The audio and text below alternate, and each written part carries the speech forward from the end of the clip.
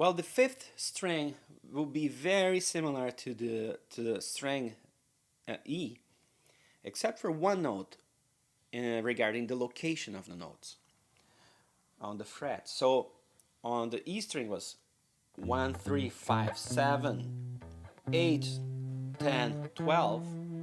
On the A string will be 2, 3, 5, 7. So instead of 1, it's going to be 2.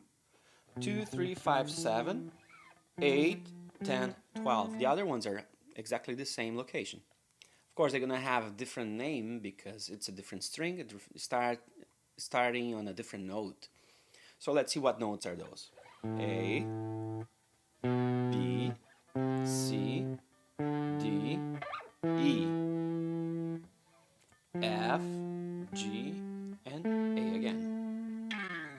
So if you think about the numbers and just follow the notes sequence, it's very easy to remember, especially because those two are so similar, except for one, right?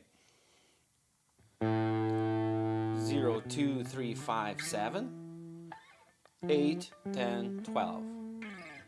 A, B, C, D, E, F, G, A.